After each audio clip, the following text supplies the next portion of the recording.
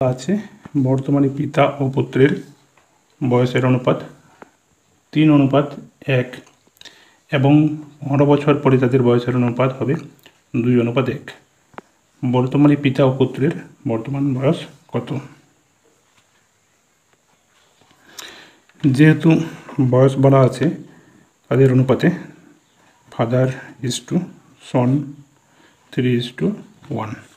তো আমরা এখানে ধরে নিতে পারি ফাদারের বয়স 3x বছর এবং সনের বয়স 1x বছর। তো পরবর্তী শর্তে বলা আছে 15 বছর পরে তাদের বয়স হবে 2:1।